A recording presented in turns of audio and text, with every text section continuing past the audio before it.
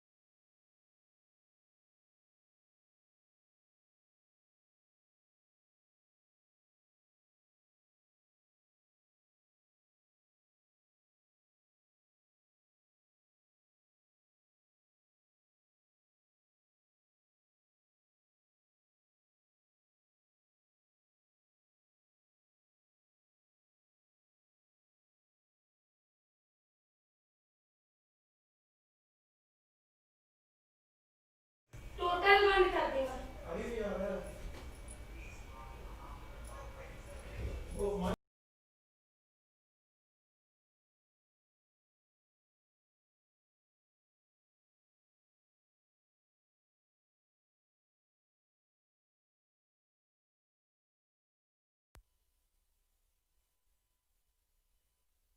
to another edition of Vihangam Yog Global Online Satsang. For those of you joining us for the first time, welcome. For those of you who've returned once more, thank you for your ongoing support. One of the most common pieces of the human experience is the means by which we interact with the world. When we were children, we first learned how to crawl, then to walk, then to run. And as time went on, we came to understand that there is a truly magnificent and unique collection of machinery which powers us day to day. That is the human body. The modern sciences today have unraveled many of the mysteries of the body, from the way the brain works to the way in which our muscles expand and contract, depending on what we are seeking to do. The mysteries of the body are indeed being resolved as time is progressing. However, despite this, scientists still tell us one very distinct thing, that we still know very little about how this gift really works. Today, equipped with our global panel of speakers, we'll be diving into this very journey, and we're looking at it through the lens of the ancient mode science of spirituality, the science of Vihangam Yoga. I'm very excited about today, and I'm sure that by the end of our session today, we'll all have a very clear understanding of the topology and the map of the human body. As we go through, I'll be introducing each of our speakers, and we'll be joined by Vijayji from the US, Rekhaji from the US, Shekharji from Australia, and our prime speaker of the day, Priyankaji, will be joining us from Switzerland. I myself am Avinav, and I'm joining from Australia. We'll now be hearing from a very fantastic expert, authorized instructor in Vihangam Yoga. Priyanka Prakashji was born in India and grew up in Australia, and is currently working as a data analyst for the Australian government. We're very lucky that she's joining us from all the way over in Switzerland, and I'll now hand over to her to take us further into understanding the human body from a spiritual perspective. Jai Sadgurudev, everybody. Thank you for letting me be a part of this spiritual gathering through Vihangam Yoga Online Satsang. Today, I will be talking to you about how we can understand our human body from a spiritual perspective. I will also explain why it is important to understand our human body to deeply experience inner growth. As we know, we are all born into this world in the same way, and we interact with this world and each other through what is called the gross body. The gross body has 5 sense organs: ears, skin, eyes, tongue, and nose, through which we experience and interpret the world. In addition to this, we have 5 organs that perform necessary bodily functions. In addition to this, there are 4 inner organs: the mind, intellect, chitta, and ego. And the mind is the organ through which energy from the soul flows into the different organs of the body, allowing us to perform daily actions such as breathing, walking, talking, thinking, and so on and so forth. The intellect is the one that is equipped with great power to differentiate right from wrong. The memories of our past actions and our various desires and tendencies are imprinted on the chitta. And finally, the ego is the one that binds us to this world and creates a false identity of being. In our body, there are 5 life forces called prans that circulate energy throughout our body to our various organs. The first is prana, which is responsible for respiration. The second is vyana, responsible for blood circulation, samana for digestion, apana for excretion, and udana, which provides energy to transplant the subtle body, or the spirit, into the mother's womb, and provides energy to remove the subtle body from the gross body at the end of life. The gross body passes through the various stages of life: birth, childhood, adolescence, youth, aging, and death. In the gross body, the spirit experiences all worldly pleasures, which is short-lived, eventually leading to disappointment or misery.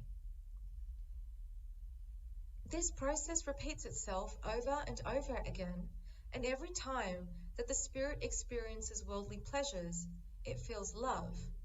And when it experiences disappointments due to the loss of such pleasures, it experiences pain. The spirit comes to a stage where it believes that it is the gross body, and therefore everything that is perceived by the body is transmitted to the spirit. However, the body is always interacting with the outside world, and combined with the 4 inner organs, the mind, intellect, chitta, and ego, the spirit starts to believe that this is all it is. It believes that this is its true identity, and most importantly, it believes that this is its true purpose in life. So I pause here and ask you, my friends, is our life purpose only to be born, experience the various stages of life, and then die? Could it be that there's something more to us that we do not understand yet?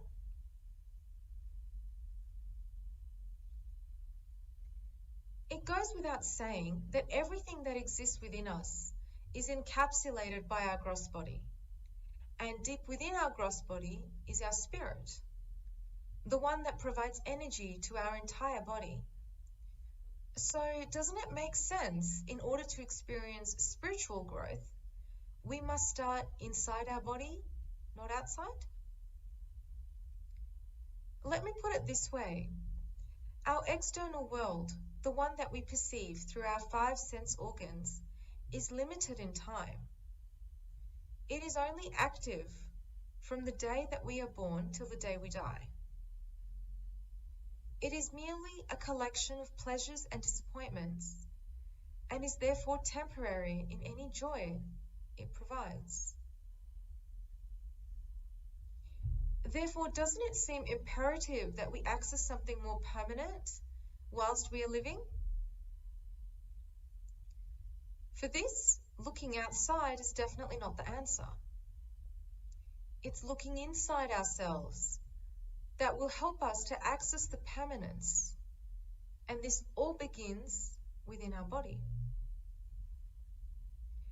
Our body is filled with an intelligence so vast that not even 1,000 books could fully explain the intelligence that works within.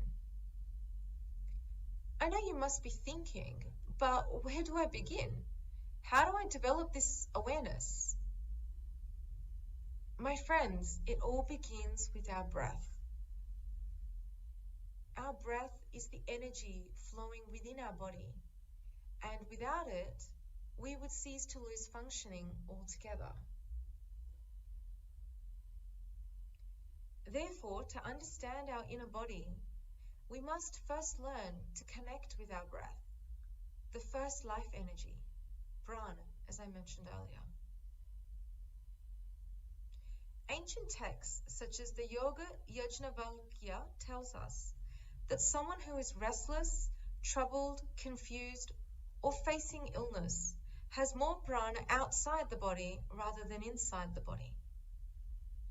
Fast, shallow breathing indicates there is little space within our body for prana to flow easily, which tends to manifest itself on our body as symptoms of lethargy, restlessness, and feelings of being stuck. If there is little room for prana within our body, it is generally because of something within that forces it outside. Let's refer to it as negative energy, tension, or for simplicity, let's call this rubbish. Therefore, connecting to our breath is extremely important in order to understand the state of our body.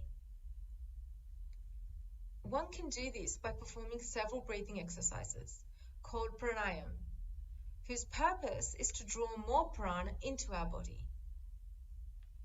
Furthermore, the state of mind is also very closely linked to the quality of prana within. Therefore, we can influence the quality of our prana by improving the quality of our breath, which in turn can influence the state of our mind.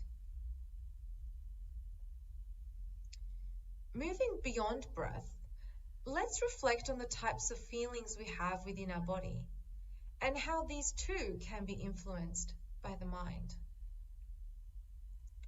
You might be wondering, why is this important? Well, let's suppose we have a situation where a person feels stressed.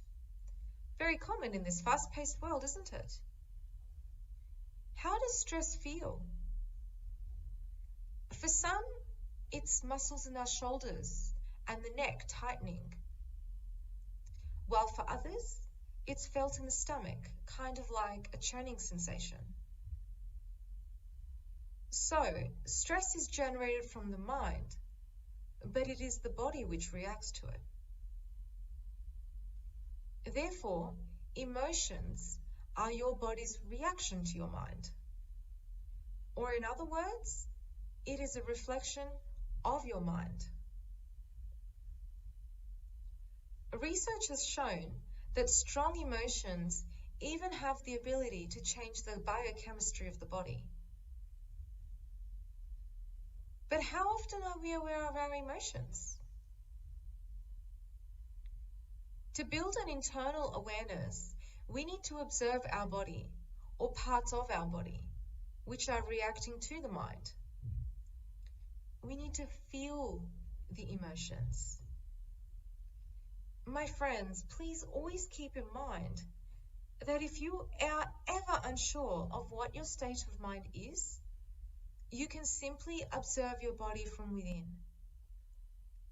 Feel the emotion in your body, as it will always be a true reflection of what your state of mind is. When we tune into our bodies in this manner, we are able to separate ourselves from the emotion and allow it to simply be there. We unlock the potential to understand ourselves at a more conscious level. I'd like to refer to what Eckhart Tolle says on this matter. Make it a habit to ask yourself, what's going on inside me at this moment? That question will point you in the right direction. But don't analyze it, just watch. Focus your attention within. Feel the energy of the emotion. If there is no emotion present, take your attention more deeply into the inner energy field of your body. It is the doorway into being. According to the Taittiriya Upanishads, the human body has 5 layers, or koshas, which lie one beneath the other, kind of like the layers of an onion. These layers make up our personality. Through the practice of yoga and meditation, we become aware of these koshas, as these techniques help activate the energy fields that hold the material body together. The koshas are Anandamaya. This is the physical layer, the gross body we were talking about earlier. The second is Pranamaya. It lies underneath the Annamaya kosha and governs the biological processes of respiration to digestion and the circulation of blood. Manomaya is the third one, which is made up of thought processes, and it is responsible for sensory and motor activities. This kosha is enhanced through the practice of meditation. Vijnanamaya is the kosha that lies deeper within the layers previously mentioned. This kosha comprises intellect, power, and judgment. And the fifth one is Anandamaya kosha. The deepest layer and the most subtle is this kosha, which is composed of pure joy. This is the most underdeveloped layer amongst human beings and is also the most challenging to reach.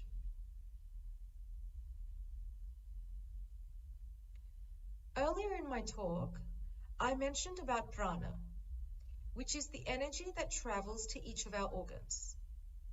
This is done through innumerable subtle nerves called nadis, which carry forth the vital force or pranic current that cannot be seen by the naked eye. All of these nadis are placed on the sides of the 3 most important nadis, called the Ingala, Pingala, and Sushmana. The Ingala is the nerve passing through the left nostril. Pingala is the nerve passing through the right nostril. And Sushmana is the nerve passing through in between the Ingala and Pingala from the zone of the heart. Once the mind is controlled with its outward flow through different organs, it is taken to this point in the forehead, which is the tri-junction of the 3 channels, Ingala, Pingala, and Sushmana. In the Swarved, Swami Sadafal Deoji says that at this tri-junction flows the water of divine knowledge, which purifies the mind of its dotages and bestows glazing serenity to it. Also in the Swarved, it is said, Ingala Pingala Sushmana Nadi, Sanshodhana Karu Yukti Vichari, Sushmana Khule Yukti Guru Veda, Gurumurati Basa Gagana Acheda, Khule Sushmana Sadhana Hoi, Sahaja Sahajani Shabda Samoi, Bina Sushmana Sadhana Dambha, Bataki Rahe Jaga Prakrita Rambha. शुभ सूचक यहाँ लक्षण आवे सब झोरण अरु घूमन पावे, which means know the location of Ingala, Pingala and Sushmana from the Guru and make a thorough search for their secret activity. Inside the Sushmana there is a fine hole above the head that is known as the 10th gate. The soul remains captivated in the body under the bondage of this world when it is closed. This secret hole is opened by means of the Guru's technique. Then the Surati, known as the conscious energy of the soul, passing through it beyond the worldly zone, enters into the zone of the Supreme Being. There, in the conscious sky, the soul sees the image of the Guru. Without the opening of the Sushmana, the conscious energy of the soul keeps wandering within the boundary of this world, and it doesn't attain the Supreme Being. The practitioner, not having attained their goal, keeps practicing various methods of yoga, but it is gripped with sorrow and worry, not having reached their destination yet.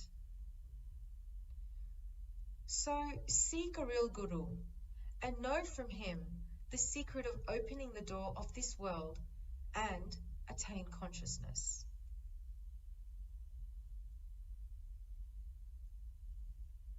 So far, I have spoken about prana, breath, emotions, and the various organs responsible for bodily functions, including the mind, which keeps us bounded to this world. I have also spoken about the three most important nadis, Ingala, Pingala, and Sushmana.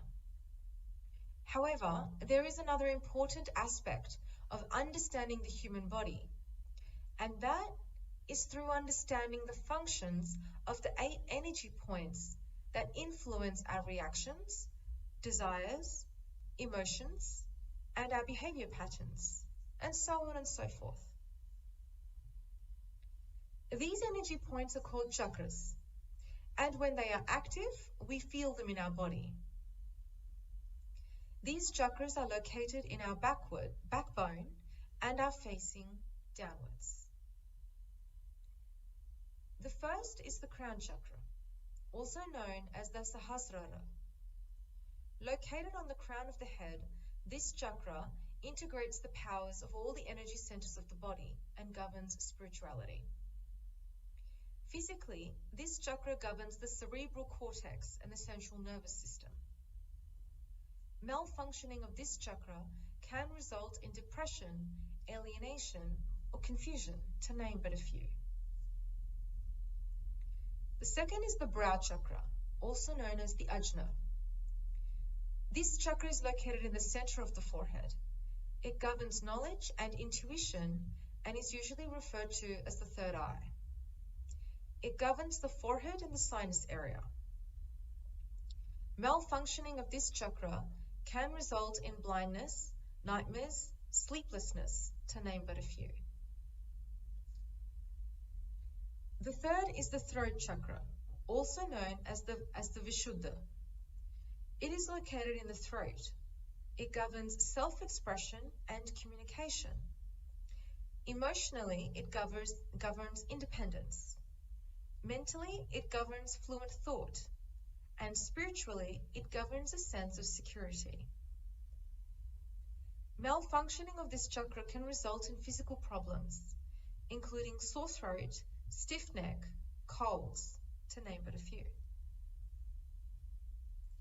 The fourth is the heart chakra, also known as the Anahata. This is located in the chest or the heart center. It governs complex emotions such as compassion, tenderness, and unconditional love, equilibrium, and well-being. Physically, it governs circulation, spirituality, and devotion. Malfunctioning of this chakra can result in asthma, high blood pressure, or respiratory conditions. The fifth is the solar plexus chakra, also known as the Manipura.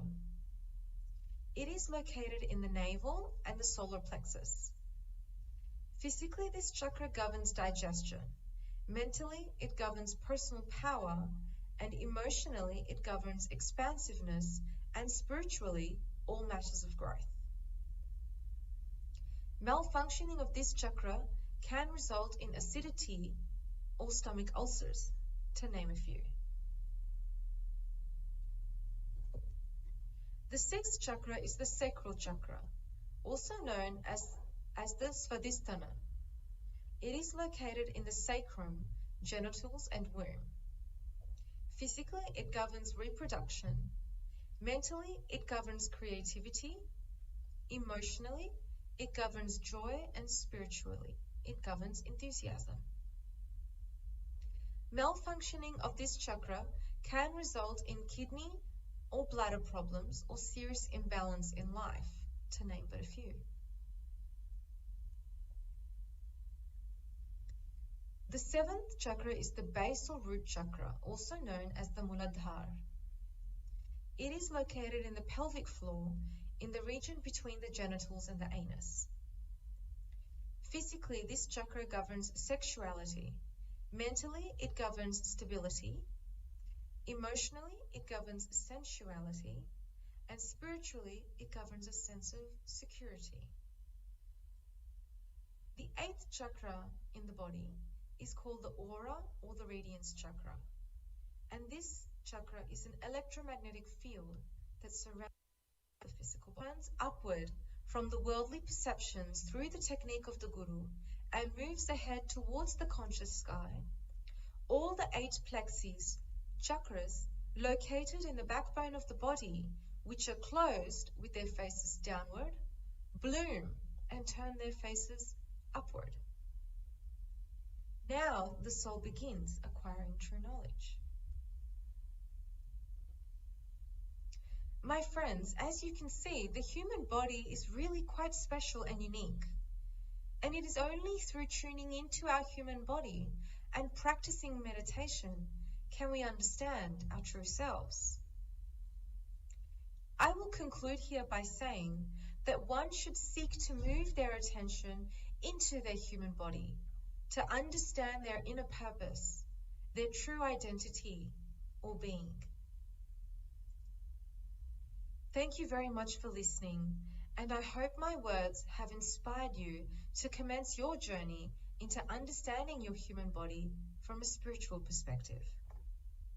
Jai Sadgurudev.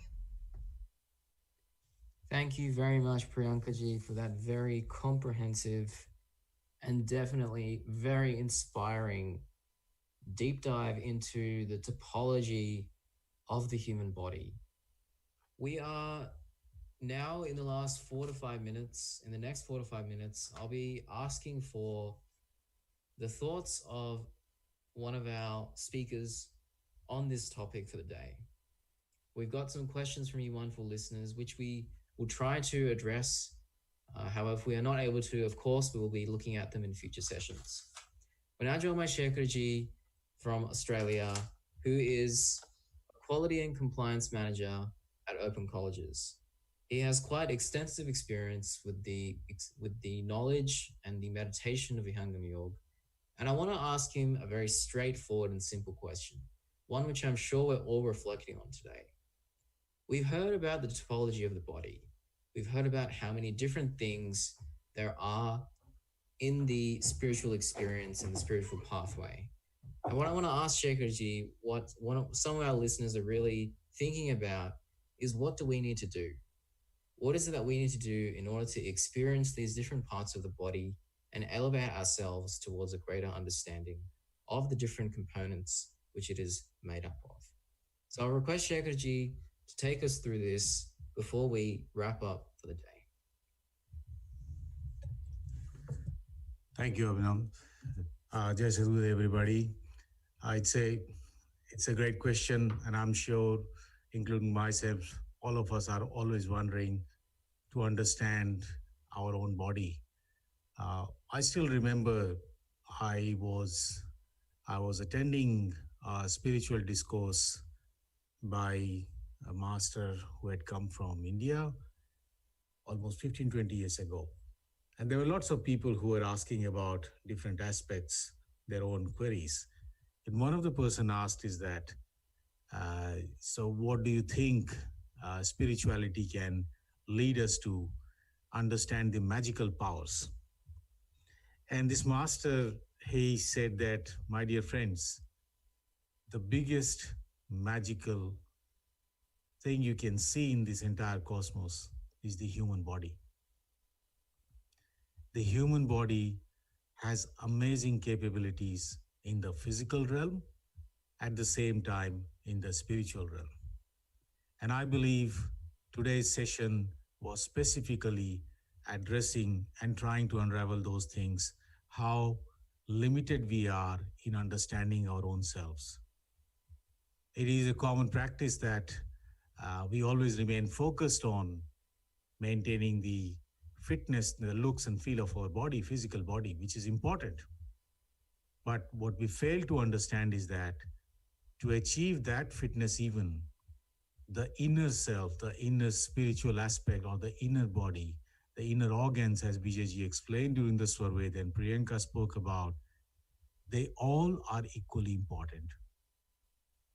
If the pranas, if the energy points, if they are not performing properly the way they should be, then the physical body will not have the energy or the strength to remain in the shape we want it to be. But going deeper, as Sadhguru Sadafal Devji Maharaj has explained in this survey, what powers that? What are the things which are important and the inner organs? As we heard that the four inner organs, they play a massive role in how we interact with the world. And as we go deeper into understanding them, how the mana, the mind, the buddhi or the intellect, the chit, where all our attributes and behavioral patterns are recorded, and ahankar.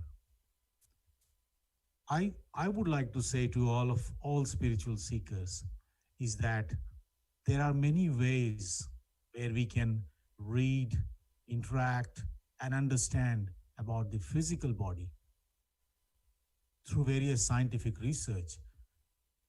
But when you want to understand how that physical body can work at an optimal level, you really need to take a dive into the core and the deeply secret, mystical philosophy and details of the Vihangam Yoga.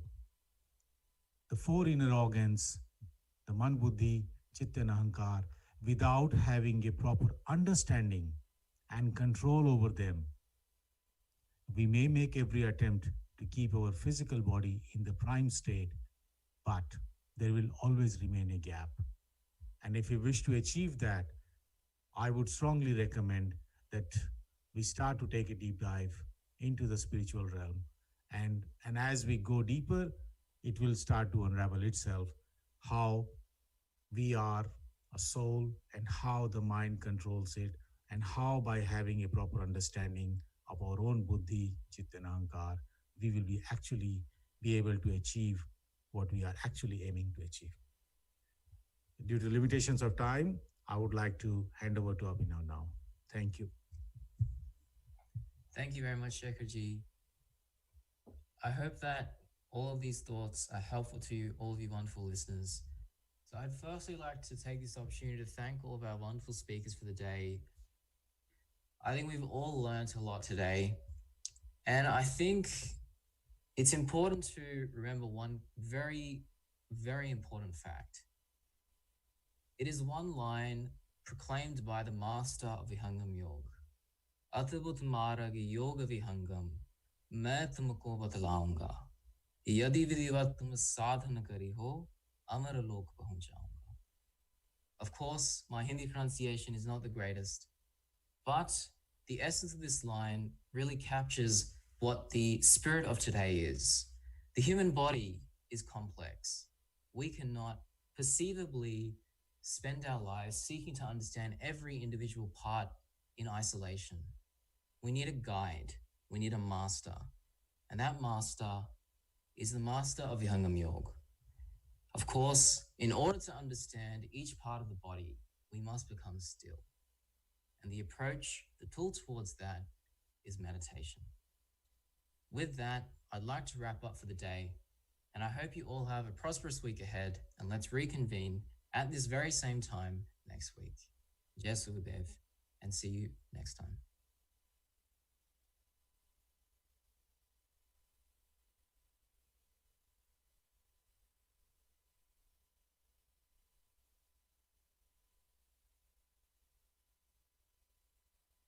Another edition of Vihangam Yoga Global